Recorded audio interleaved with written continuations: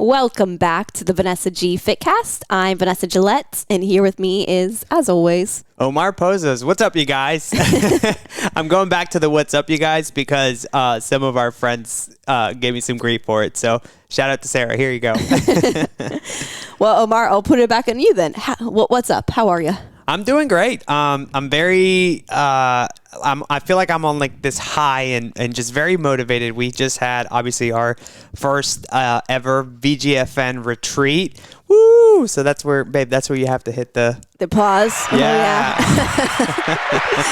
I'm not on my game with the buttons. So I'm feeling, energized. I feel like we were mentioning yesterday on our team calls, like I feel like my cup is full, and it was just so cool that, we had a fantastic group of women that came and played all out. They were vulnerable. They shared, and everybody, I think, just made such a big, significant stride in their whole health and fitness journey, but also in their growth, in their mindset. I mean, it was just incredible. Yeah, I agree. Like, my cup is so full because, and for our listeners too. So this was a retreat we held for our highest level clients. Part of our Forever Fit program is what we call it.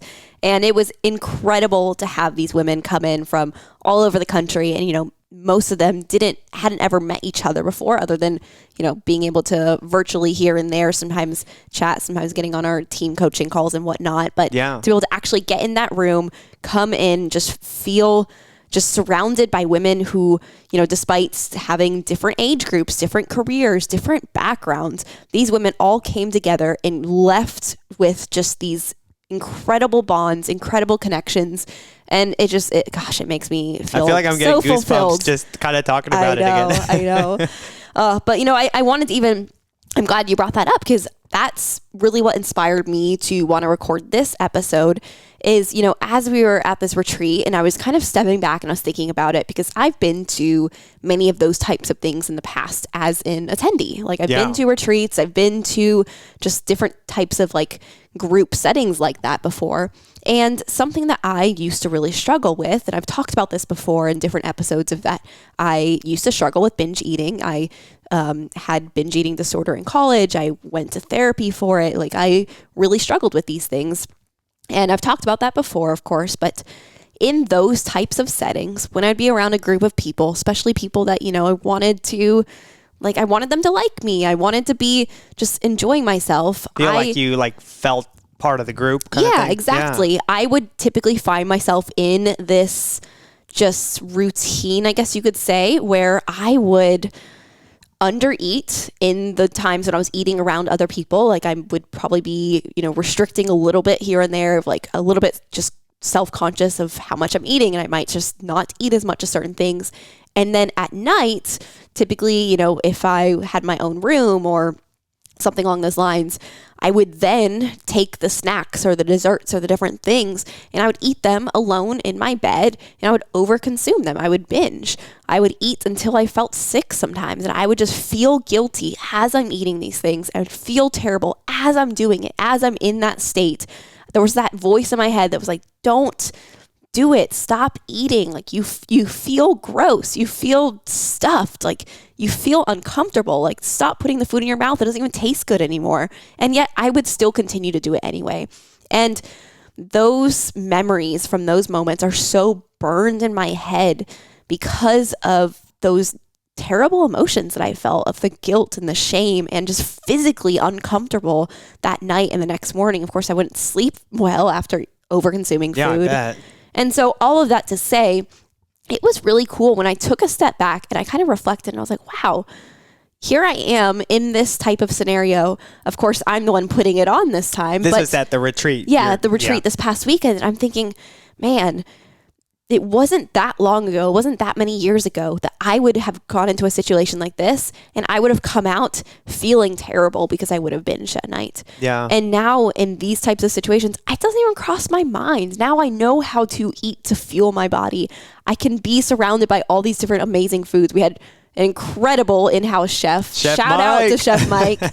Amazing. Everybody loved him. He was awesome. Was incredible. And the meals were amazing, but even when it was like incredible foods like the French toast casserole on our brunch on Sunday that was just to die for, like even then, like I had the amount that I felt like I needed.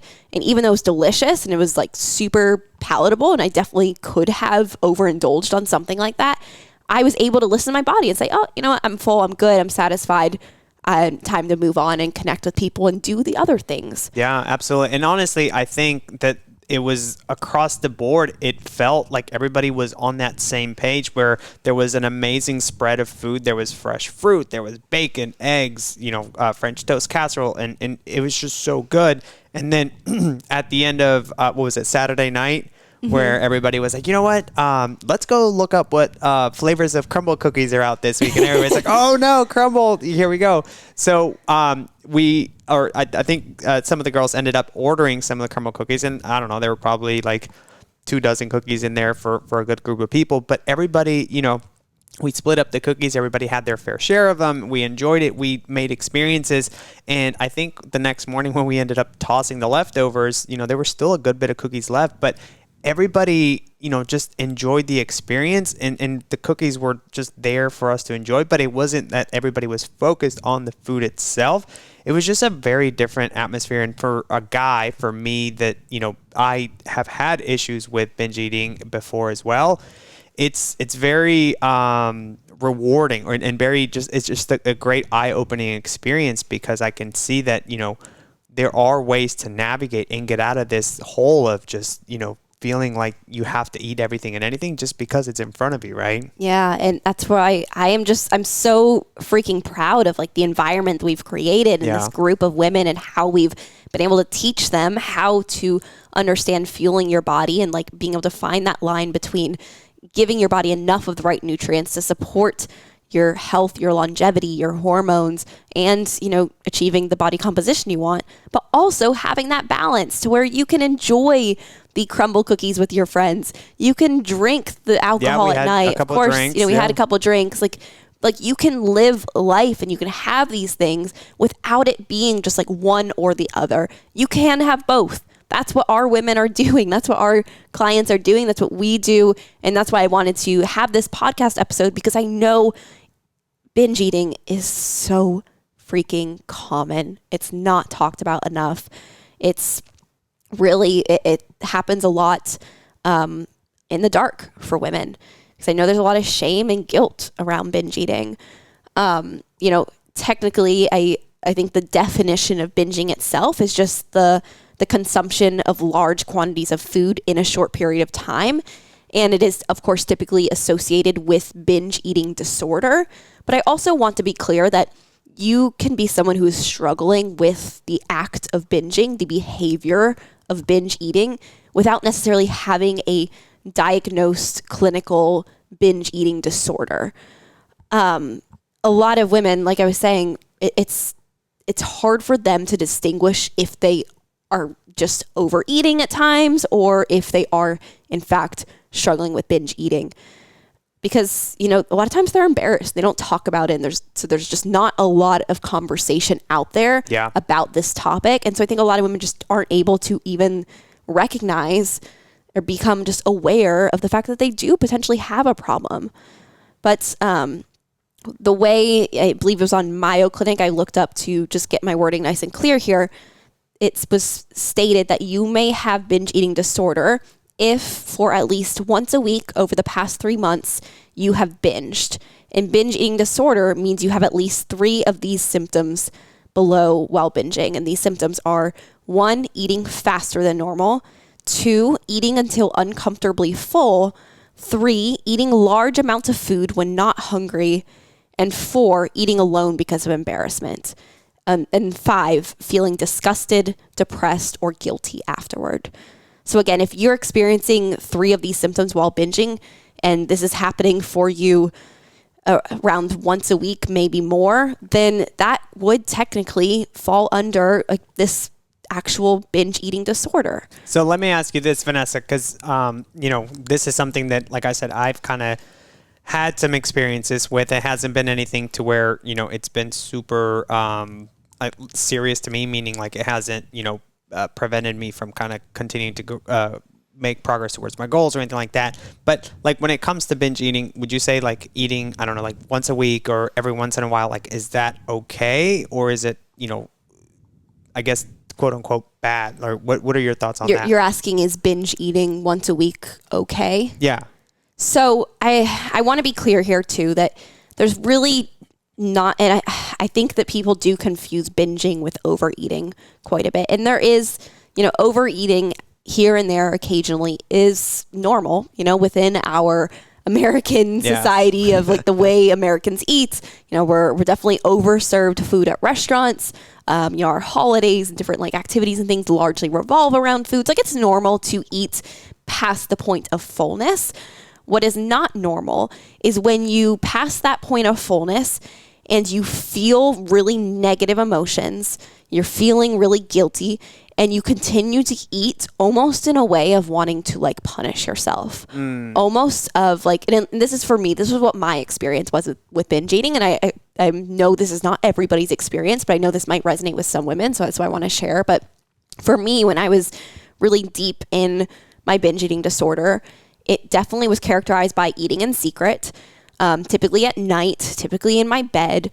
And it very much was sometimes it was planned. Like I went into this knowing that like, I want to like overeat right now. I want to just eat everything. Like it would be, maybe I buy a whole pack of Oreos and I would sit there and just one by one eat almost the entire pack if I could. Like I would get to the point to where I felt horrible. Like my stomach was hurting. I felt really, really nauseous. And like get to that point where like the taste of the Oreo doesn't even taste good anymore. Like my taste buds have like stopped responding to it. And right, because of how many you had eaten in yeah, a short and period yet of time, I'm right? still just one after another, just eating it.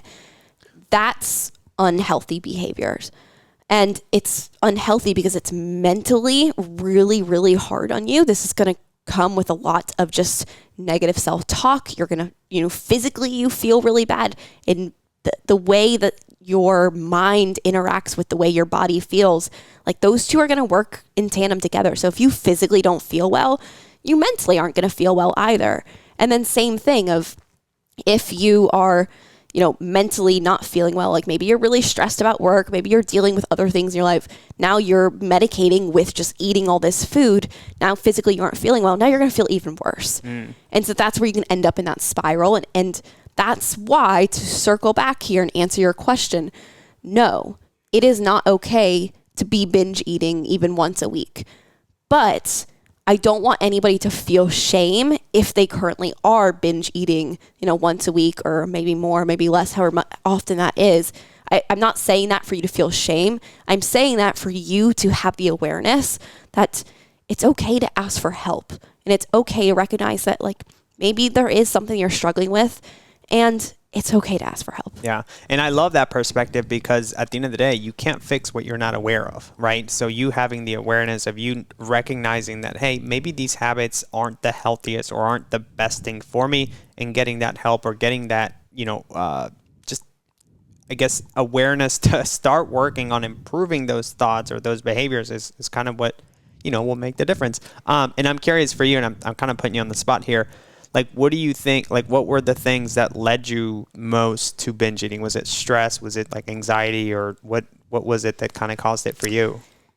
That's a really great question. And it was definitely, it took a lot of unpacking and therapy for years of figuring out where did this really start. And of course, I know with a lot of people, like a lot of these things, they do start like even sometimes when we're really, really young. So much of just our beliefs, like deep ingrained beliefs that we aren't even totally aware of, like our deep subconscious beliefs are established from the time between, when you're born and when you are about 7 years old. That's when you are a sponge to where you are observing everything and you are internalizing everything. Yeah. And, you think about that, like, you don't even remember much from those first 7 years of your life, right? Like we have like little bits of memories here and there, but like we don't actively be like, oh yeah, I remember when I was 4 years old and walking around and hanging out with my family. Like you don't have those types of like a lot of vivid memories the way you can think back on like, oh, I remember when I was 20 and I was hanging out with friends. Yeah. But your body remembers. Your body has those types of, instincts almost, right? Yeah, instincts is good. Like I was going to say traumas, but I want to be careful with that word too, because that can have a lot of different meanings as well. But your body remembers those things. And so there are things that maybe led to me binge eating and developing those habits and behaviors and that disorder eventually that might have started from childhood. But there's also a lot of things that maybe I absorbed from media, from watching TV, from, hearing things said in school growing up, to just observing different things and internalizing those things. Well, I know that and I don't think we ever talked about binge eating at the retreat, but one of the comments that I heard from somebody was, the reason that I eat so fast, or the reason that I just have to feel like I have to finish everything off my plate, is because when I was a kid, my dad would take the last bite out of my plate, and she's like, it was something so innocent, and for me, she's like, it turned into me thinking that my food was going to be taken away, so I had to eat it really fast, and instead of listening to my hunger cues, I was focused on not leaving anything on my plate. But little triggers like that are just so interesting, because as a kid, you're like, oh, it's something innocent, but then you develop all of these different beliefs and, like you said, instincts, I guess, for lack of a better word, when you get older with it. It's crazy. Yeah. And, another thing with like binge eating specifically, it's so interesting because, obviously human beings, we need food. We need to feed ourselves. We need to fuel ourselves. Yet there is too much of a good thing. And with the way, like, especially food is in our modern world, so much of food is just very hyper palatable, and it's engineered to give you these like feelings internally that make you want more of it. And that's normal, and that's normalized. But because of that, a lot of times that can become too much, to where now we have foods that we associate with certain feelings like comfort, peace, like love, essentially, like these things, these happiness, like these feelings that we're typically as human beings always chasing. And when, there's ways to achieve those feelings that are hard. There's ways you could achieve it by, doing something that you didn't think you were capable of doing and proving to yourself that you can. And now you feel really happy. You feel really proud. You feel really at peace. Or I could just go buy this box of Oreos and I could just eat these Oreos and I could feel that right now, right away. And so we start to train ourselves to where we think, okay, like, that's easy. I can just grab that food out of my pantry and I can just eat a lot of it, and I'm going to feel really good instantly as I'm eating it. But it's diminishing returns. As you have more and more of it, you start to feel worse and worse mentally at the same time, often because of just the body image issues we have throughout society, especially as women, and the pressures upon us to, look and feel certain ways.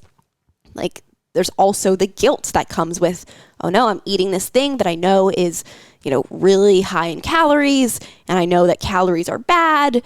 And you just get to that place where now you simultaneously, you're eating something that makes you feel kind of good because you're like, oh, this tastes really good and it feels really good. But at the same time, mentally, I'm having these thoughts that are reinforcing this, like, you're a piece of shit. Yeah. You are fat. You are worthless. Like, you are disgusting. You're never going to find love. Like, these terrible negative thoughts are starting to happen at the same time, and they get louder and louder the longer that you are just eating and filling yourself to that point of just feeling gross. And it's a cycle, and that's what people get caught up in, or at least that was my experience. That was something I had to spend years working through. And within that too, I want to be clear, yes, I'm talking about on this episode of like how I have essentially stopped binge eating, but I don't believe that I'm never going to binge again. I don't, because that's not realistic. What is realistic is recognizing that I'm going to, over time, get better and better and better to where I'm learning my body. I know how to fuel my body. I know how to make myself feel good in my body and how to eat in the way to make myself feel good. And as my life continues, as the years pass, if or when I do binge eat, they're much like smaller instances where I don't eat to that point of just like feeling disgusted anymore. I can tell you the last time that happened was June of 2021. And we had a podcast episode after that happened. I opened up about it. Charleston. Is that the one you're talking about? It wasn't, well, it was Charleston, and then it was like that month that I just like really just reignited a lot of binge eating behaviors. And that was the last time that I had like a deeper instance of binge eating. But even then, it paled in comparison to the binge eating instances that I was referencing before, like in college. And And so that's like, I want to reassure people too, that you don't just one day reach this finish line of you're like, yes, I am, I'm recovered. I no longer ever binge eat. I'm never going to binge eat again. Like, there are probably going to be instances in your future where it might resurface, and nothing is wrong with you. It's okay. It's normal. It's natural. It's part of that recovery process, because, unfortunately, like, food isn't something that we can just avoid for the rest of our life. Well, a lot of times too, I mean, food is like a place of gathering where, people sit around the table and chit chat, and, you make friends, you talk with family, you enjoy holidays. I mean, I think our society as a whole just revolves very much around food and how it makes us feel. So yeah, I think thinking that, you can just simply it's not like you can say, hey, I'm just going to avoid food altogether and that problem will stop, because like you said, we have to eat in order to survive, right? Exactly. And, the thing about binge eating is, like, not in any way to minimize the hardship that is overcoming alcoholism or overcoming a drug addiction or things like that. But when you think about those instances, you can get to a point where you just never drink again. You avoid bars. You avoid situations where there are alcohol. There are steps you can take to just remove that from your life completely. With food, it's not the same. You can't avoid food forever to make that your way of preventing yourself from binging ever again. You can't just completely remove yourself from any kind of, social gathering that food is involved in. Like, food is part of life. We have to eat in order to live, in order to have energy, in order to nourish our bodies, in order to survive. But it's also a part of our social lives. Like you were just saying, Omar, like, it is hugely intertwined into our holidays, into just how we celebrate things. Like, just think about, like, you had something amazing happen.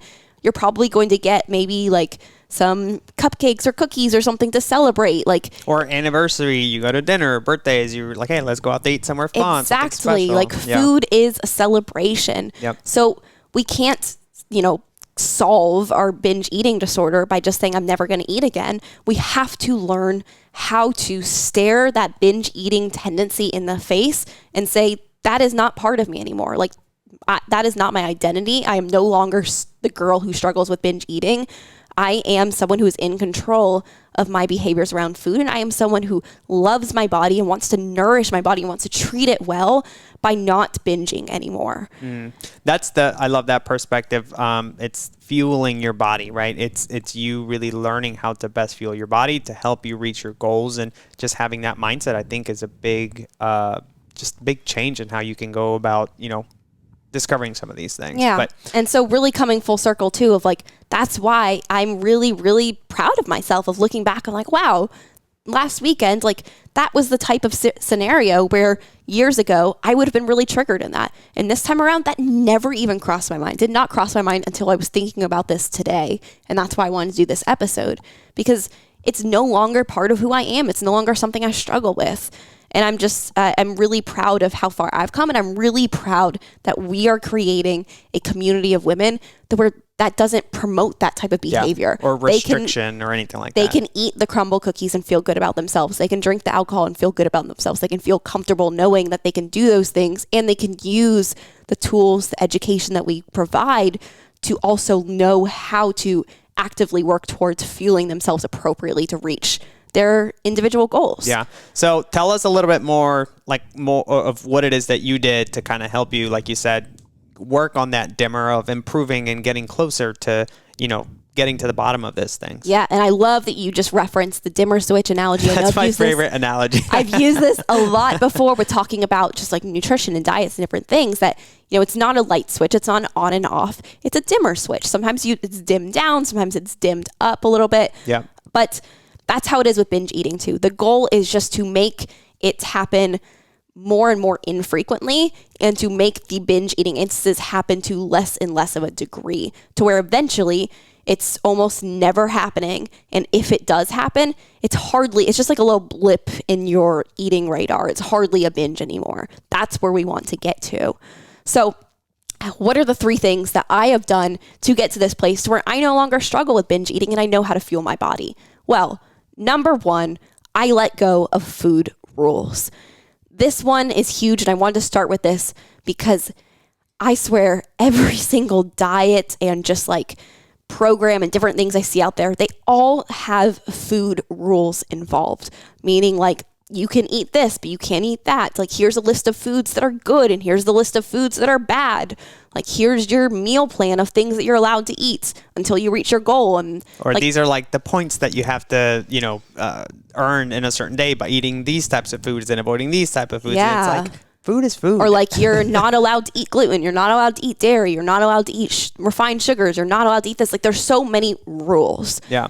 We do not have rules like that in our program, in our coaching, because rules promote just a negative relationship with food and a negative relationship with your body, guilt around eating, and eventually many times they end up becoming these types of behaviors. Maybe not necessarily completely becoming binge eating disorder, but I can tell you that many of our clients, if not majority of our clients who have done different diets in the past, come to us with some level of binge eating. And that's something that we have to work through with them because of the food rules. We have to unpack them. We have to get them to realize that you can eat any food you want. The only limitations you should ever have around food are truly just allergies and like true intolerances. Like for me, for example, and of course, in my most recently working through my hormone health journey, there are foods that I was limiting for specific reasons for this short period of time. I was limiting dairy for this period of time because for me and for my body, it was inflammatory. That does not mean that I suddenly am creating this belief that dairy is bad and that I'm never going to eat dairy again. And if I break and I eat dairy, then I am bad and I have failed. Like, I'm never going to have that kind of belief. Like, that's not going to serve me anyway. It's just something I'm doing for a short period of time to achieve a specific result for my health. On the other hand, there is gluten, which I am deeply intolerant to. And at least unless just things change in the future with, science and everything, I'm probably never going to really eat gluten again. And I'm okay with that. I don't feel limited because I know how gluten makes me feel. And I'm not interested in eating it. It's not like I feel restricted. It's not like I feel like gluten is bad. Like, I encourage our clients to eat anything with gluten in it. Like, we work through, eating sandwiches and pizza and all the different things because you should know how to eat these things in moderation, feel good about your body, feel good about your choices, and just recognize that it's part of life. Yeah. And one of the things that I've kind of learned from one of my coaches was, you're like you were saying, like, you're an adult. You can eat almost in this day and age any food at any given time, meaning you have, Uber Eats or DoorDash or whatever app you use. But essentially, because of where we are today, like, you have so many different types of foods available at any given time. So when you go, or when you are in a situation where you're like, hey, I need to eat my 4th, 5th slice of pizza because I can't have pizza again. Well, that's just not true. I mean, you have so many pizza places. Vanessa, shared our experience with our Barcelona pizza a couple episodes back. Best pizza in the world. And sure, it was delicious. It was amazing. But we also have pizza here in the States. So it's not like I'll never be able to eat pizza again. So just recognizing that, you're like, oh, I'm a grown person. Like, if I want cupcakes tomorrow, I can have cupcakes tomorrow, right? Exactly. Yeah. And that really takes me to number 2 on this list of things that I did to personally stop binge eating.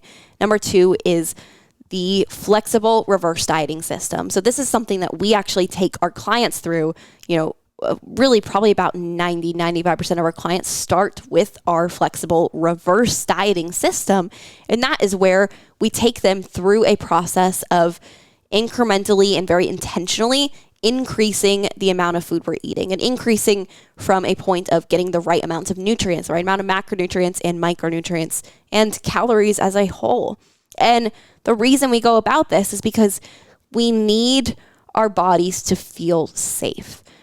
And I know to some people that can sound like almost woo-woo, but I want to repeat that and emphasize that your body has to feel safe. Remember what we were talking about earlier, that we have deeply ingrained traumas that we aren't even aware of, because there are things that we might have developed in those first 7 years of our life to where we don't even actually actively remember developing that, essentially that story, but yet it's living inside of us, and your body remembers. So for a lot of people, especially when they've struggled with their weight and they've tried dieting and they've tried starving themselves, they've tried just cutting calories, they've tried cutting carbs, they've tried these different things, what they've done is taught their body to recognize that like restriction is the norm, because majority of my life I'm on a diet. Majority of the time I am trying to eat less. I am associating like hunger with almost a good thing of like, good job, I ate less, or like, ooh, yes, like I'm not full from this meal. That's a good thing. I'm going to be skinny from this now. And we reinforce that belief over and over again. Sometimes not actively, like most of the time, not actively like aware. Yeah, not on purpose. Yet we are still creating that belief. And even if you get to a point where now you are aware, you are awake to the fact that you have this belief deeply inside of you, as you're working through this, your body is still remembering that belief, to where if now, let's say you're like, all right, I'm good now. Like I want to jump into losing weight. So I'm going to cut my calories. I'm going to go into that calorie deficit, into that fat loss phase. And you go into that too soon, and your body remembers that feeling of restriction in that first sign of hunger. Guess what your body is going to do? It's going to send the signals to your brain to say, like alarms are going on of like, we feel restricted. Danger. Yeah, we need to binge eat. We need to just store a bunch of calories. Like we need to grab those like hyper palatable foods and just eat as many as we can. And tomorrow we're going to start over. It's all going to be fine. Don't worry. Like we're just doing this for tonight. It's okay. Just eat as much as you can right now. And then tomorrow you're going to start over and it's all going to be okay. And that's like these just like thoughts going on in your head. And a lot of times subconsciously, a lot of times you aren't even aware of them, but that's what's happening in your body. And so that's why we start our clients through this phase of achieving body recomposition through eating more food. So we can still achieve a lot of times getting like really significant changes in how our body looks, of adding lean muscle, decreasing body fat. But we're doing that through reducing inflammation, through teaching our body that it doesn't have to feel restricted, and through changing our habits and our behaviors and our beliefs around food and eating. And that's the main thing right there. It's the beliefs that you have to change when it goes, or when you're talking about food, because the amount of times that, we get this from people that we chat is, I'm so scared to eat more, or, what is that going to do? Or how is that going to affect me? And I get it. And I tell this to them all the time. It is scary, because everything you've learned from day one to now is to eat less, and work out more, right? Yeah. But at the end of the day, like you said, when your body is just not in that state of where it knows that it's not going to be starved for the next, however many days, it really triggers something very different. And part of the reason that it's so hard is because people are always eating, 12, 13, 1400 calorie diets. And then they're like, I just have no motivation, or I have no self-discipline to stay within my program. And I kind of want to reach out and be like, girl, like it's not the 1400 calories, or it's not you or the lack of motivation that you have. It's the approach that you're taking that's making weight loss or whatever goals you have be so hard. But at the end of the day it doesn't have to be that hard. Yeah, exactly. And that really takes me to the last point on the 3 things that I personally did to stop binge eating. And that was reframing the stories in my head. And so really, of course, it comes back to mindset, which we do a ton of mindset work, a lot of just essentially neuro reprogramming with our clients, especially in our Forever Fit program, where we do dive deep. We do go deep into what are the stories, the limiting beliefs, the traumas, these things that are just disempowering and are holding you back. We uncover those, we break them, we reform new beliefs that serve us, and that's what fuels our clients to that finish line, to where they can achieve the results they want to achieve. And a lot of that starts with the fact that I had to do a ton of mindset work with myself to get to the point where I am today. It's not as simple as knowing how much to eat and how to work out. It's really, truly reprogramming your mind. And so for me, when it came to binge eating, I realized that I had this habit of every time I'm in like these social situations, maybe I'm restricting, maybe I'm not, but regardless, I would always end up going back on my own after the social situation and binge eating that night in secret. And when I would do that, it would always end up causing me to look back on that memory with feelings of just like disgust, with feelings of shame and guilt and just feeling bad. And so that's why I was able to say, you know what, that's not how I want to feel. I don't want to look back on Thanksgiving with my family and just remember feeling terrible the next day. I don't want to look back on, that weekend trip with my friends and just remember how terrible my body felt for the next week because I was so inflamed and I was so bloated and just like I felt so horrible and I felt just guilty and I just felt like I'd set myself back and that I was starting to have beliefs of like, you're never going to have the body you want to have. I truly had points in my life where I did not think it was possible for me to have a healthy, fit body. I did not believe it. And I had to shift those beliefs. I had to work through that and get to that point so that once I could actually believe that it's possible for me, that's when I was able to take those action steps to end the binge eating, to work through that. So really coming back to the biggest thing for me was I always remind myself before any type of social situation, holiday, gathering, anything where food is largely involved, I remind myself that I want to look back on this with only positive memories and positive feelings. And so I let that guide me through my decisions and how I eat throughout that time.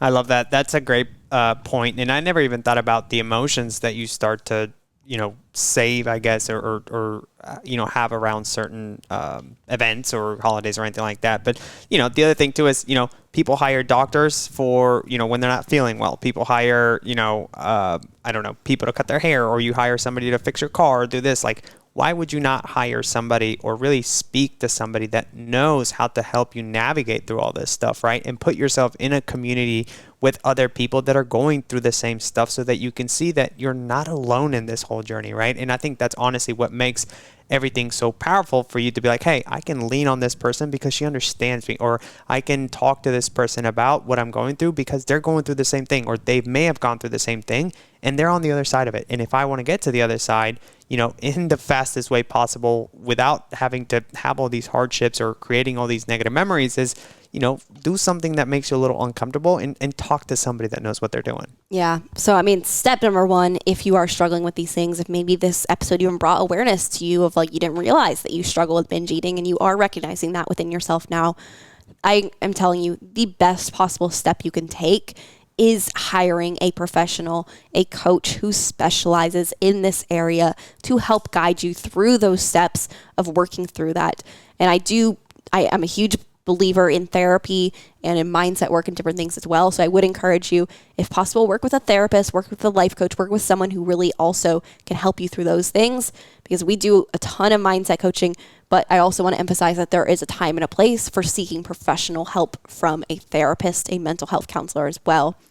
But lastly, all of that to come around here. And I do want to share that, this is episode 90 of the podcast.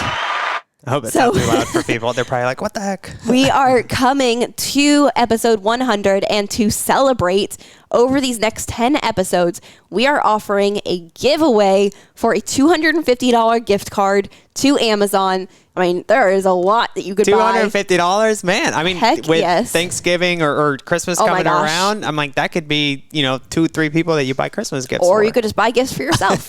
There's a lot of good stuff on Amazon, Black Friday, guys. There's some great. So how do you win this $250 gift card? It is stupid simple. All you have to do is go on iTunes on our podcast and leave a rating and review. iTunes or Spotify. Yeah, iTunes or Spotify. Ideally, iTunes. Fair. Because it really does, the reason for this too is it helps us spread our knowledge to help other people by, iTunes does work with an algorithm and it does share the podcast out to other people when it has great ratings and reviews. And so we want to, encourage more of that sharing behavior. But to actually be entered in the giveaway, you must leave the rating and review and then screenshot it and DM it to me on Instagram at Vanessa G Fitness, and I will confirm that you were entered in the giveaway.